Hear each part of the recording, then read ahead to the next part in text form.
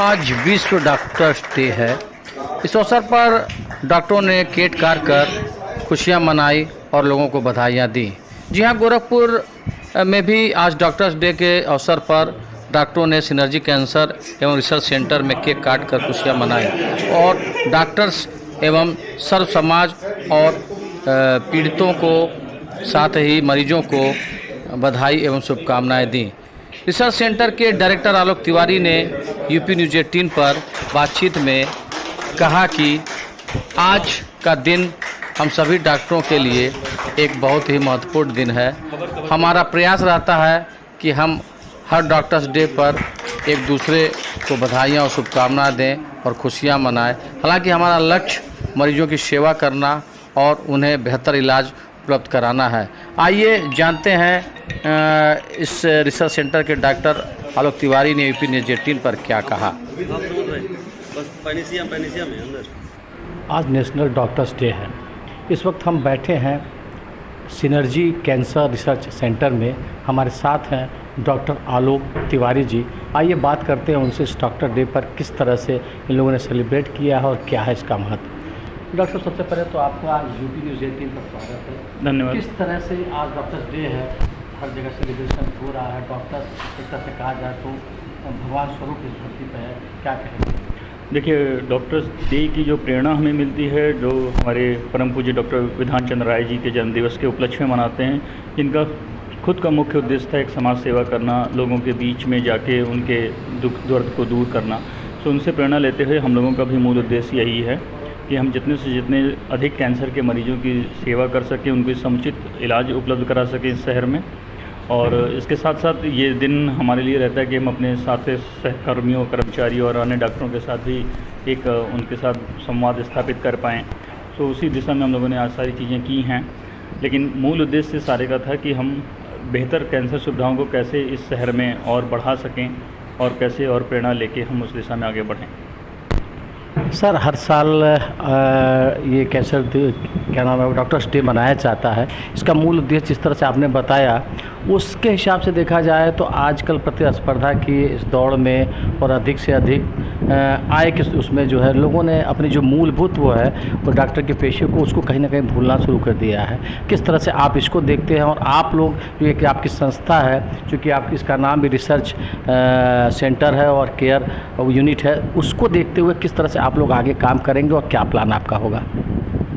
देखिए, समाज में हर प्रकार के लोग हैं, तो बिल्कुल है चिकित्सा क्षेत्र में भी कुछ इस तरह के लोग होंगे जो शायद उतना न्याय नहीं कर रहे हैं चिकित्सा सुविधाओं के साथ। लेकिन मूलतः ज़्यादातर डॉक्टर का आप कहीं भी पाओगे, उनका एक मूल उद्देश्य होता है कि वो आपको बेहतर इलाज उपलब्ध कराएं। और बेहतर इलाज तो देखिए, उसके लिए कहीं ना कहीं इलाज का खर्च बढ़ता है, क्योंकि आधुनिक तकनीकी लगाना, आधुनिक सुविधाओं को प्रोवाइड करना, अगर वो कोई अस्पताल का डॉक्टर ये कोशिश करेगा तो उसके लिए भी वो एक कहीं ना कहीं खर्चीला काम है। तो जो हमको ये लगता है कि अस्पताल में खर्चे बढ़ जाते हैं या डॉक्टर्स हैं जो अधिक खर्चे लेते हैं, ऐसा है नहीं। अब आप 1970 की तुलना में आज अगर देखेंगे तो हमारे लोगों का जीवन स्तर बढ़ गया है। बीमारियों में उनका जो एक बेसिक, एक कैंसर में जैसे देखिए ज़्यादातर माना जाता है कि कैंसर हो गया तो बिल्कुल लाइलाज स्थिति है, बट आज वो स्थिति बदल चुकी है। आप स्टेज 3 कैंसर तक के मरीज आराम से 10 से 15 साल जी लेते हैं। तो ये चीज़ें किसी न किसी कॉस्ट पे आती हैं, तो उनका खर्चा, चाहे डायग्नोस्टिक खर्चा, CT स्कैन लगाने का, MRI का खर्चा, कहीं ना कहीं डॉक्टर अगर वहन कर रहा है तो वो इनडायरेक्टली कहीं ना कहीं समाज को भी वहन करना पड़ेगा। तो चिकित्सा सुविधाएं उस वजह से महंगी होती हैं। मूलतः जितने डॉक्टरों से मैं मिला हूं या इस शहर के जितने भी सम्मानित डॉक्टर्स हैं, सबके अंदर सेवा भावना तो है, इसमें कोई दो राय नहीं है। और वो भी चाहते हैं कि उनके मरीज़ का मैक्सिमम भला हो। तो मुझे नहीं लगता है कि ये बात हम मानते हैं कि या सही है कि डॉक्टर्स उतना न्याय नहीं कर रहे चिकित्सा सुविधाओं के साथ। कुछ एक दो जो हैं, या जैसे कई बार होता है कि जो क्वालिफाइड डॉक्टर नहीं हैं हमारे देश में, ज़्यादातर लोगों में जो इस तरह की गतिविधियाँ की जाती है वो लोग हैं जिनको हम आम भाषा में झोला छाप डॉक्टर बोलते हैं, जिन्होंने ना कोई चिकित्सा की ट्रेनिंग की है, ना उनके पास कोई डिग्री है। लेकिन समाज चूँकि हर किसी को जो दवा लिख रहा है उसको डॉक्टर मान लेता है, तो उनके कृत्यों की वजह से जो क्वालिफाइड डॉक्टर्स हैं उनको भी उसका एक तरह से भागीदार बनना पड़ता है। जहाँ तक मेरी अनुभव है और मुझे लगता है समाज के ज़्यादातर लोगों का अनुभव होगा कि अगर वो समुचित क्वालिफाइड डॉक्टर्स के साथ मिलते हैं तो वो प्रॉपर ट्रीटमेंट उनका उचित दरों में करता ही करता है। और निस्संदेह कुछ चिकित्सा सुविधाएँ महंगी हैं, तो हमें वो समझना पड़ेगा कि अगर क्वालिटी चाहिए तो कहीं ना कहीं कॉस्ट बढ़ती है। डॉक्टर साहब, लेकिन देखा जा रहा है कि गोरखपुर शहर में जहाँ तक कैंसर मरीज भी बहुत ज़्यादा बढ़ रहे हैं, उसके अकॉर्डिंग उतनी सुविधाएं या उस तरह से डॉक्टर्स की कमी या फैसिलिटीज़ की कमी कहीं न कहीं देखी जा रही है। हालांकि सरकार बहुत कोशिश कर रही है स्थितियों को सुधारने के लिए, और आप जो रिसर्च सेंटर के माध्यम से यहाँ कैंसर, क्योंकि यहाँ ले दे करके एक ही हॉस्पिटल पोद्दार हॉस्पिटल जाना जाता है कैंसर हॉस्पिटल, क्योंकि वहाँ भी मैक्सिमम इलाज नहीं हो पाता, लोग थेरेपी ही कराने जाते हैं। तो किस तरह से देखते हैं आप लोग, किस तरह से उसमें सुधार कर सकते हैं? देखिए, अभी तक गोरखपुर शहर के साथ दिक्कत क्या थी कि यहाँ पे कोई पूर्णकालिक ना तो कीमो की थेरेपी देने वाले डॉक्टर नहीं मेडिकल ऑन्कोलॉजिस्ट थे, ना पूर्णकालिक कोई कैंसर सर्जन क्वालिफाइड उपलब्ध था, ना पूर्णकालिक कोई महिलाओं के कैंसर से संबंधित डॉक्टर उपलब्ध थे। तो अब हमारी टीम ने क्या चेंज किया है कि हमने इन तीनों विशेषज्ञों को एक छत के नीचे 24 राउंड द क्लॉक 7 दिन उपलब्धता उनकी सुनिश्चित की है, और काफ़ी मरीजों को उससे लाभ हो रहा है।